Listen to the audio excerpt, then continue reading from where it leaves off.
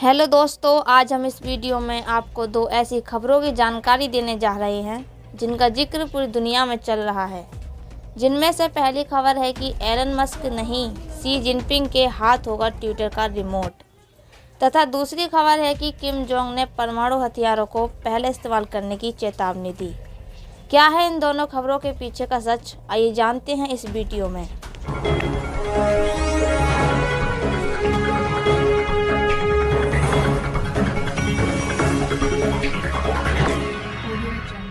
नमस्कार दोस्तों, स्वागत है आपका ग्लोबल न्यूज़ में। देश विदेश की हर छुपी खबर को जानने के लिए आप हमारे चैनल को कर सकते हैं सब्सक्राइब। सबसे पहले बात करेंगे पहली खबर की कि क्या एलन मस्क के बजाय शी जिनपिंग के हाथ में होगा ट्विटर का रिमोट। दुनिया के सबसे अमीर कारोबारी टेस्ला के मालिक और स्पेसएक्स के सीईओ एलन मस्क ने जब ट्विटर खरीदने का ऐलान कर दिया, उस वक्त दुनिया भर से प्रतिक्रियाएं आईं, लेकिन एक प्रतिक्रिया काफ़ी अलग थी और वो प्रतिक्रिया थी अमेजन कंपनी के सीईओ जेफ बेजोस का, जिन्होंने एलन मस्क और चीन के बीच संबंधों का हवाला देते हुए सवाल उठाया था कि क्या वाकई ट्विटर पर चीन का प्रभाव नहीं पड़ेगा। हालांकि बाद में जेफ बेजोस ने एलन मस्क को क्लीन चिट दे दी थी, लेकिन जेफ बेजोस के सवाल को दरकिनार नहीं किया जा सकता है। आइए जानते हैं कि क्या वाकई चीन का परोक्ष नियंत्रण ट्विटर पर हो सकता है और आखिर चीन के साथ एलन मस्क का क्या रिश्ता है। जब एलन मस्क ने 2019 में शंघाई में एक टेस्ला फैक्ट्री खोली तो चीनी सरकार ने अरबों डॉलर की सस्ती ज़मीन, ऋण टैक्स ब्रेक और सब्सिडी के साथ उनका स्वागत किया था। और उस वक्त एलन मस्क ने चीन की तारीफ करते हुए कहा था कि मुझे सच में लगता है कि चीन ही भविष्य है। तब से टेस्ला की गाड़ियां चीन की कम्युनिस्ट पार्टी की सड़क पर सरपट भाग रही है, जहां फ्रीडम ऑफ स्पीच को सड़क पर उतारने की आज़ादी नहीं है। साल 2021 में एलन मस्क की टेस्ला कंपनी ने दुनिया भर में जितनी कमाई की, उस राजस्व का 1/4 हिस्सा चीन से आया, वो भी बगैर किसी समस्याओं के, और उस हालत में जब अमेरिका और चीन की सरकार के संबंध सबसे ज़्यादा खराब दौर से गुजर रहे हैं। हालांकि पिछले साल मैन्युफैक्चरिंग खामियों को लेकर टेस्ला को चीन में उपभोक्ता और नियामक विद्रोह का सामना करना पड़ रहा था, लेकिन मामला उतना जल्दी ही शांत हो गया। चीन में जितने भी विदेशी निवेशक मौजूद हैं, वो चीनी अधिकारियों की राजी खुशी से ही चीन में अपना कारोबार कर सकते हैं और उनके सामने लाल रेखा पार करने की इजाज़त नहीं होती है। और एलन मस्क भी चीन में टेस्ला के लिए यही कर रहे हैं। यहाँ तक कि विश्व की सबसे बड़ी प्रतिष्ठित मोबाइल कंपनी को भी चीन में सेंसरशिप का सामना करना पड़ा था, लेकिन मोबाइल बेचने की खातिर एप्पल कंपनी ने फ़ौरन चीन पर शासन करने वाली कम्युनिस्ट पार्टी की बातें मान ली थीं और फिर एप्पल पर लगा सेंसरशिप हटा। तो क्या ट्विटर पर फ्री स्पीच की बात करने वाले एलन मस्क का व्यापार ट्विटर की वजह से चीन में प्रभावित होगा?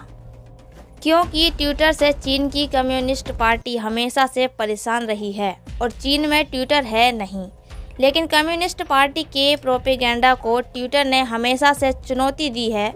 और लेकिन दुनिया भर में बीजिंग की विदेश नीति को आगे बढ़ाने के लिए चीन ने ट्विटर का व्यापक इस्तेमाल भी करने की कोशिश की है, जिसमें झूठी और भ्रामक जानकारियां शामिल रही हैं, जिसे ट्विटर ने ब्लॉक किया है। तो क्या आगे ऐसा हो पाएगा? अब चीन के पास एक ऐसा निवेशक है जो दुनिया का सबसे अमीर कारोबारी है और उस कार कंपनी का मालिक है जिसका वैल्यू $1 ट्रिलियन से ज़्यादा है और जिसकी राजस्व में चीन 25% का योगदान देता है। और वो निवेशक दुनिया के सबसे ज़्यादा प्रभावशाली सोशल मीडिया नेटवर्क को नियंत्रित करता है। मस्क ने सार्वजनिक रूप से अभी तक चीन के खिलाफ कुछ भी नहीं कहा है। उदाहरण के लिए, जब शंघाई में चीन के अधिकारियों ने नवीनतम कोविड-19 प्रकोप को नियंत्रित करने के लिए अत्यंत सख्त लॉकडाउन लगाया और टेस्ला के संयंत्र को भी बंद कर दिया, तो एलन मस्क कुछ भी नहीं बोले। जबकि यही एलन मस्क ने अमेरिका में लगाए लॉकडाउन के लिए अमेरिका सरकार की भारी आलोचना की थी और एक तरफ से उन्होंने कैलिफोर्निया के अधिकारियों को फटकार लगाई थी। ऐसा नहीं है कि ट्विटर पहले भी चीन से नहीं डरता था। साल 2019 में जब चीन की कम्युनिस्ट पार्टी ने हांगकांग की स्वतंत्रता को ख़त्म कर दिया और नेशनल सिक्योरिटी कानून को लागू किया तो हांगकांग में काफ़ी प्रदर्शन हुए, जिनकी तस्वीरें ट्विटर पर लोग अपलोड करने लगी, जिसमें से चीन की पुलिस की बर्बरता दुनिया के सामने आ रही थी। जिसके बाद कम्युनिस्ट पार्टी ने ट्विटर की कान को मरोड़ा और देखते ही देखते वो तमाम अकाउंट्स डिलीट हो गए जहां से वो तस्वीरें डाली जा रही थीं। सिर्फ ट्विटर ही नहीं बल्कि फेसबुक और यूट्यूब ने भी अपने प्लेटफॉर्म की कम्युनिस्ट पार्टी के गंगाजल से शुद्ध किया था।